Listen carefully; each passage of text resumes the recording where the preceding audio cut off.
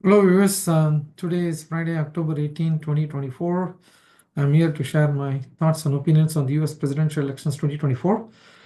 Today, I would like to discuss the famous interview that Kamala Harris had with Brett Baier in Fox News on Wednesday.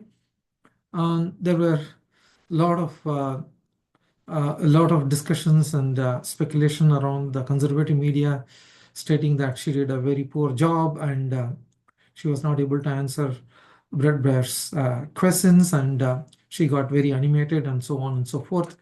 And the Democrats also for a good 24, 36 hours were not quite pleased with why Kamala Harris went into the Fox News territory, knowing fully well it's going to be an hostile interview with Brett Baier.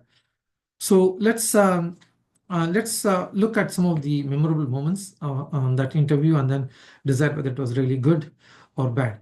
So one of the most memorable events in that moments in that particular interview was when Kamala Harris admonished Donald Trump for using the language such as enemy from within, and you had to unleash the military against the enemy from within, and those kind of language.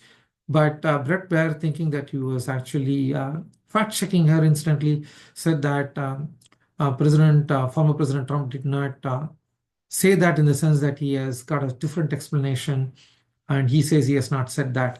And that was what Brett Baier said, to which Kamala Harris said, no, no, you and I know exactly what you're talking about. And Brett Baier even said that he will show the clip.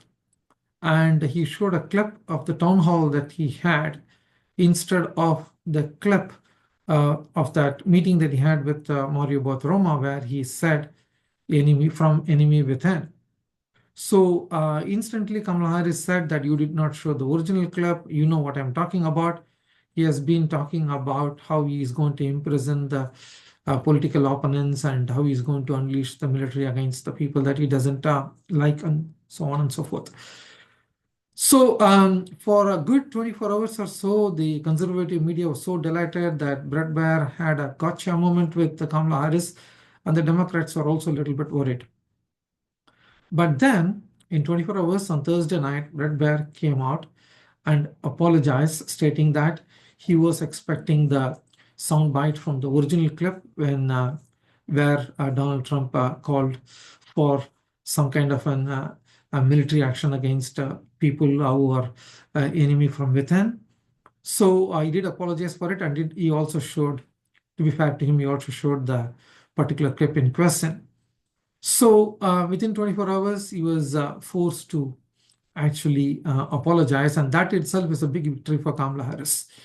So the second important section within that interview was based on a repeated questioning by Brett Baier, saying that you keep saying that you want to turn the page on, but you have been the vice president for 3.5 years, and what are you turning the page on?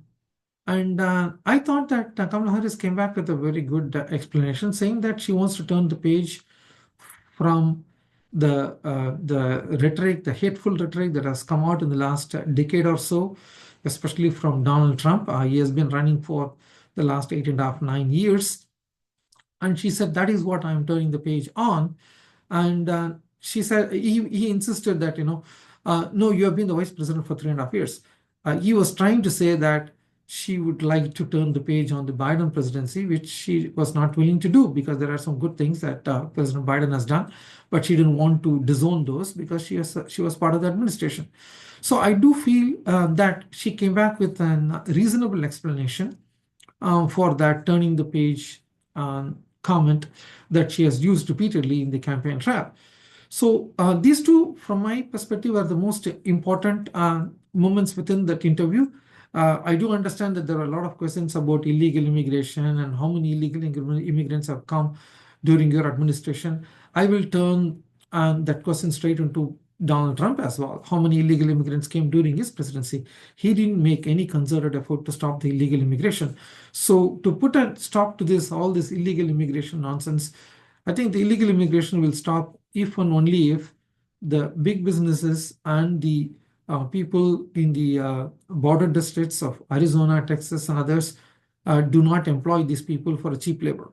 If they stop doing that, illegal immigration will automatically stop. That is the bottom line. But nobody is willing to accept that reality.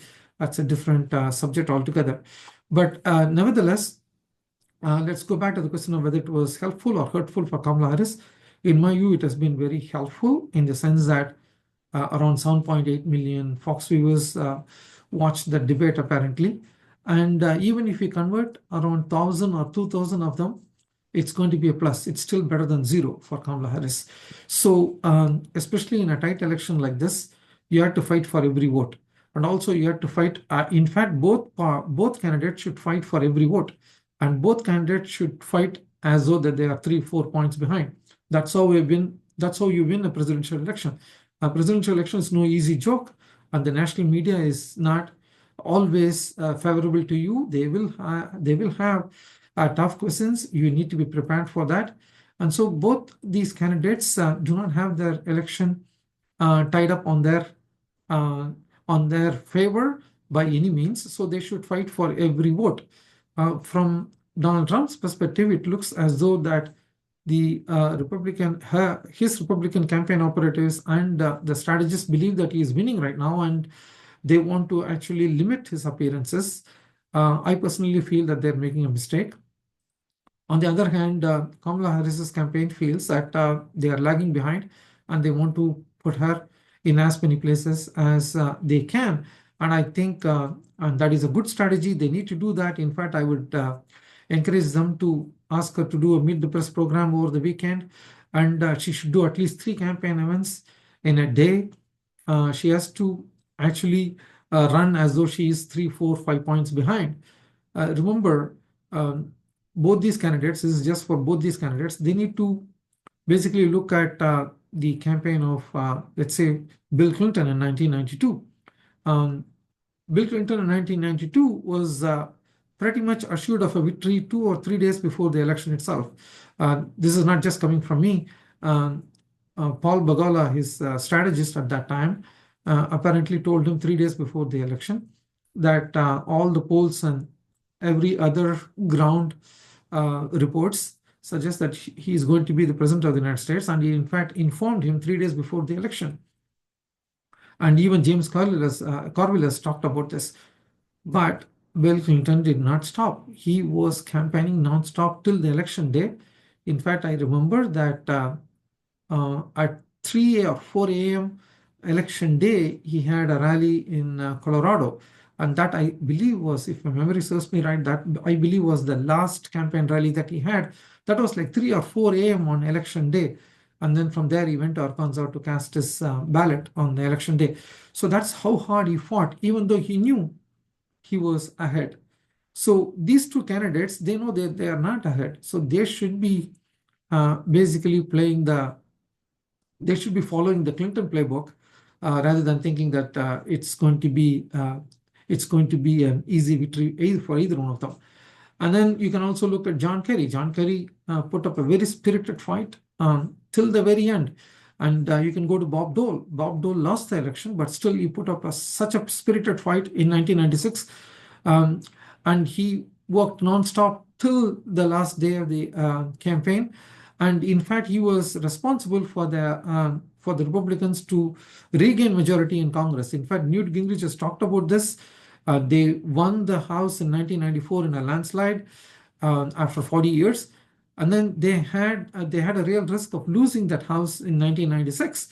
But Bob Dole, in fact, said that he was going to resign from the Senate and he's going to campaign nonstop. And he actually campaigned for all the Republican candidates in Congress, and they regained Congress. So that's another example. So there are several such examples where even if you are actually ahead, people have worked hard till the last moment, because this is not running a national campaign to win the presidency is not an easy joke. You have to utilize every minute of your time and try to talk to as many people as you can. So in that aspect, I do believe that Kamala Harris has done the right thing by going into Fox News and speaking to those conservative audiences. And you got like 7.8 million Fox viewers who have looked at you. You can go and present your ideas. And who knows, you might have converted 1,000, 2,000 of those 7.8 million viewers.